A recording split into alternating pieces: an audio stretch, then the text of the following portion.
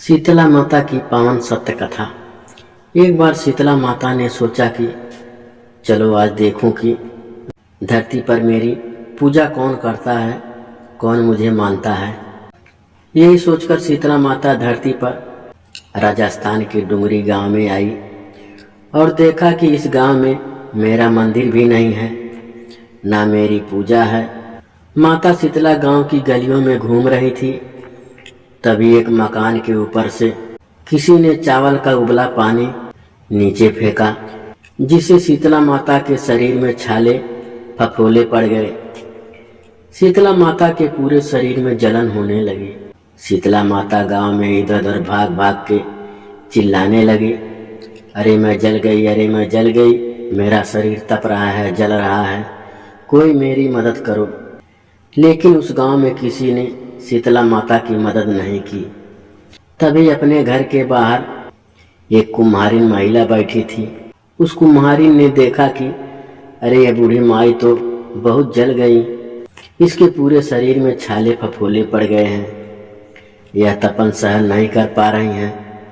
तब उस कुम्हारिन ने कहा, हे माँ, तू यहाँ आकर बैठ जा, मैं तेरे शरीर के ऊपर ठंडा पानी डालती हूँ। कुम्हारिन ने उस बूढ़ी माई पर खूब ठंडा पानी डाला और बोली, हे माँ, मेरे घर में रात की बनी हुई राबड़ी है, थोड़ा दही भी है। शीतला माता ने ठंडे ज्वार के आटे की राबड़ी और दही खाया, इससे शरीर में ठंडाई मिली। तब उस कुम्हारिन ने कहा, आ माँ, बैठ जा, तेरे सिर के बाल बिखेरते हैं, ला मैं तेरी चोटी गूंथ देती हूँ। और कुम्हारिन माई की चोटी गूंथने हेतु कंघी बालों में करती रही। अचानक कुम्हारन की नजर उस बूढ़ी माई के सिर के पीछे पड़ी तो कुम्हारन ने देखा कि एक आंख बालों के अंदर छिपी है। यह देखकर वह कुम्हारिन डर के मारे घबरा कर भागने लगी। तभी उस बूढ़ी माई ने कहा, रुक जा बेटी, तू डर मत, मैं कोई भूत वूत नहीं हूँ, मैं शीतला देवी हूँ। मैं तो इस धरती पर देखने आई थी कि मुझे कौन मानता है, कौन मेरी पूजा करता है। इतना कह माता चार भुजा वाली हीरे जवाहरात के आभूषण पहने, सिर पर स्वर्ण मुद्रा धारण किए अपने असली रूप में प्रकट हो गई। माता के दर्शन कर कुम्हारिन सोचने लगी कि अब मैं गरीब इस माता को कहाँ बिठाऊं। तब माता बोली, हे बेटी, तू किस सोच में पड़ गई।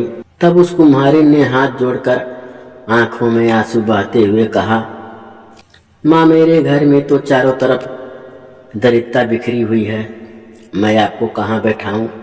मेरे घर में ना तो चौकी है, ना बैठने का आसन है। तब शीतला माता प्रसन्न होकर उस कुम्हारिन के घर पर खड़े हुए गधे पर बैठकर एक हाथ में झाड़ू, दूसरे हाथ में डलिया लेकर उस कुम्हारिन के घर की दरिद्रता को झाड़कर डलियों में भरकर फेंक दिया और उस कुम्हारिन से कहा, हे बेटी, मैं तेरी सच्ची भक्ति से प्रसन्न हूँ, अब तुझे जो भी चाहिए मुझसे वरदान मांग ले। तब कुम्हारिन ने हाथ जोड़कर कहा है, माता, मेरी इच्छा है, अब आप इसी डुंगरी गांव में स्थापित होकर यहीं रहो और जिस प्रकार आपने मेरे घर की दरिद्रता को अपनी झाड़ू से साफ कर दूर किया, ऐसे ही आपको जो भी होली के बाद की सप्तमी को भक्ति भाव से पूजा करे, आपकी ठंडा जल दही व वासी ठंडा भोजन चढ़ाए, उसके घर की दरिद्रता को साफ करना और आपकी पूजा करने वाली नारी जाति महिला का प्रचंड सुहाग रखना, उसकी गोद हमेशा भरी रखना। साथ ही जो पुरुष शीतला सप्तमी को नाई के यहाँ बाल ना कटाए, धोबी को कपड़े धुलने ना दे और पुरुष भी आप पर ठंडा जल चढ़ाकर, नारियल फूल चढ़ाकर परिवार सहित ठंडा बासी भोजन करे, उसके काम धंधे व्यापार में कभी दरिद्रता न आए। तब माता बोली, तथास्तु है बेटी, जाओ, तूने वरदान मांगे, मैं सब तुझे देती हूँ। हे बेटी, तुझे आशीर्वाद देती हूँ कि मेरी पूजा का मुख्य अधिकार इस धरती पर सिर्फ कुम्हार जाति का ही होगा। तभी उसी दिन से डुंगरी गांव में शीतला माता स्थापित हो गई और उस गांव का नाम हो गया सील की डुंगरी। सील की डुंगरी भारत का एकमात्र मुख्य मंदिर है शीतला सप्तमी, वहाँ बहुत विशाल मेला लगता है। इस कथा को पढ़ने से घर की दरिद्रता का नाश होने के साथ सभी मनोकामना पूरी होती है।